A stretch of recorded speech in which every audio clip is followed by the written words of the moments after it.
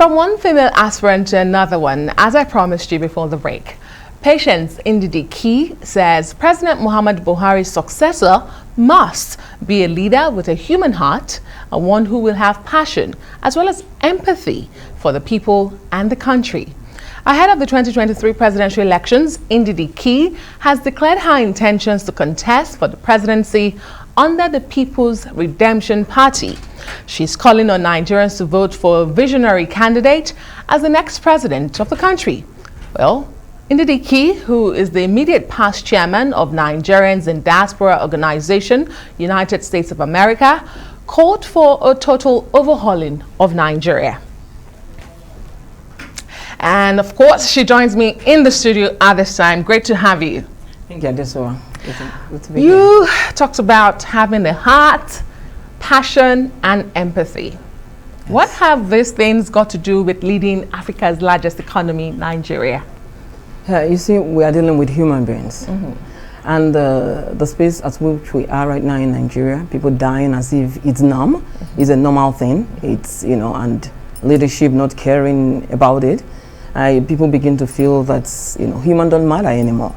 You know, I see so many people talk about, oh, Nigeria, and I'm wondering, Nigeria is not a house. Nigeria is not a car. Nigeria is not an inanimate object. Nigeria is human. If there was no human being, there wouldn't be Nigeria. Okay, let's look at Dubai.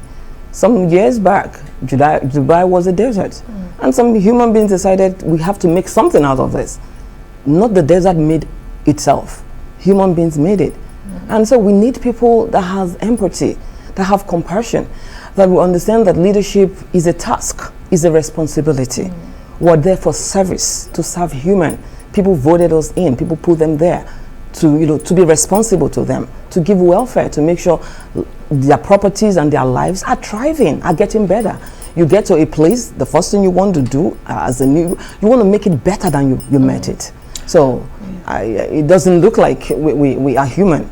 I see that we are being dehumanized. People feel marginalized, disrespected in the country. So we need people with a heart, love in their heart. And when you say Nigeria needs total overhauling, what exactly do you mean? You know, looking at our constitution and also our state, we call it the Federal Republic of Nigeria, but we do not actually practice federalism. Okay. You know, so many of us travel outside the country. We enjoy the structure we see in the US. We enjoy the structure we see in Europe. So if you like those things, and so many who have the opportunity send their children abroad for school, send, you know, they even go out for medical intervention. You like those things. Why don't you build it in your own space so that human beings will be able to, you know, enjoy that benefit, you know, so Nigeria needs to be restructured. The educational system, we are nowhere, you know, to be talked about when, you know, globally, when it comes to education. Our health system is in shambles. There are so many things that we can do. Nigerians, for example, in the United States, we have the best doctors, the best nurses. America had no choice but to single out Nigerians as the less than 1% of the immigrant communities doing great things, the best paid people, most educated. You know, so we have such talents. You know, so we need to repatriate what we have. Bring together experts, harness the opportunities that we have, leverage the talents that we have to build this nation. When you say we're not practicing federalism, what do you say we practice then? What do you think we're practicing? Well, we said democracy, we say federalism. That's not what I see here. What do you Democracy is when you give, when there's an all-inclusive government. The people has the say. You know, government for the people and by the people. The people don't even know what's happening. We just see all manner of things happening. And when the people cry out, we don't listen to them. So that is not democracy. That is not. And in the federal system, you know, there's autonomy. You give autonomy to state. You give autonomy to local government. You know, you give autonomy. I don't think there's a need for the center to carry all the load. And it's heavy on you. Then just let there be diversification. I hear you loud and clear. You are for restructuring, you are for devolution of powers. But we've seen different people going into elections for different reasons. Some people want to be popular, some people are positioning themselves for, you know, future positionings and bargaining power. Why do you want to become Nigeria's president? Yeah, I want to become Nigeria president because of the lack of leadership. Leadership is everything. Leadership gives the voice. Leadership sets the tone. And what the people see leadership doing, that is what they follow. Yes, of course, the followers have a place a place in the society also. I see poverty, anger, and hunger imprinted on the vast majority of the faces of our population, and it all boils down to leadership. You know, and there's something you talked about. You know, people get into power, want to get into power because they want to be popular. Yes. And I'm happy that you also mentioned when you introducing me that I was a past chairman, immediate past chairman of Nigerians in Diaspora organization. That's our position is as good as being the president of Nigeria. Indeed. I had the opportunity. So? I had the opportunity of serving Nigerians in diaspora in the whole of the United States, and that gave me opportunity to talk to Nigerians all over the world. NIDO is an organization that works closely with the government. I sat with this present government, and we came to provide a solution. We did a lot. So if all I wanted to do was flaunt myself, I already had the opportunity before now, but we were focused on the project. So the little we could add to our society, to our human. Because of the time, very quickly, and in short responses, elections are by no means cheap. Do you have the money to execute this election? Yeah, in a situation, in a space where you have sane people and sane country, you don't single out someone who has money for an election. All you're trying to do is continue to enslave the people. I had the opportunity of also being in a community where I have seen people that are not rich, but we saw their talent, we saw their competence, we saw that they have a heart for the people, compassion, and we decided to put them there. So yes, one person cannot lead a nation. So there's a way to bring money together, crowdfunding and the rest of it, to put it. So because we want to make the people to feel inclusive, we want to make the people feel involved in Nigeria. So it shouldn't be money from one man.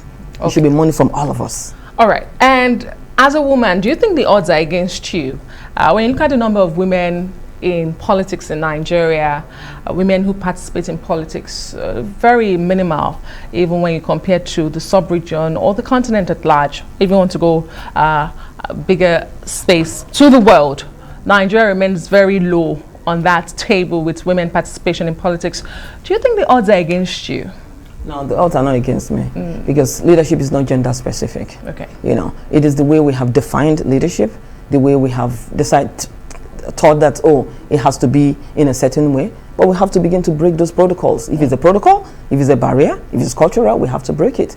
We enjoy Finland. We talk about Finland. Oh, the woman president. New Zealand, it's doing great. Even a single girl. New Zealand is a single girl.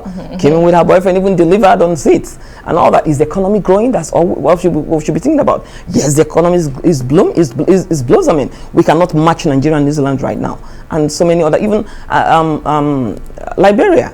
The female president handed over in 2018.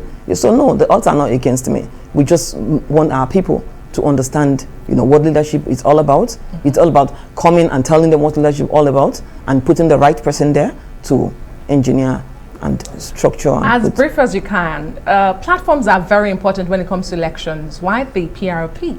What are your chances there? PRP, I read about PRP and everything about them resonated with me. I saw a party that believes in people. I saw a party that believes in equality. I saw a party that believes in federalism. I saw a party that believes in Nigeria.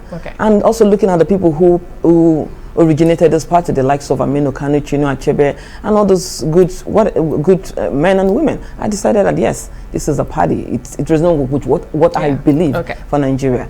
And for the odds, we are there, and there's going to be contest, and I see myself coming out as a flag bearer. We'll definitely be watching that space because we're interested with more women in politics in Nigeria. Thank you so much. Patience Ndidi Key, presidential aspirant for the People's Redemption Party. Yes. Thank you. All the best. Thank you very much, Adesuwa. And that's it for this edition of the Rise interview.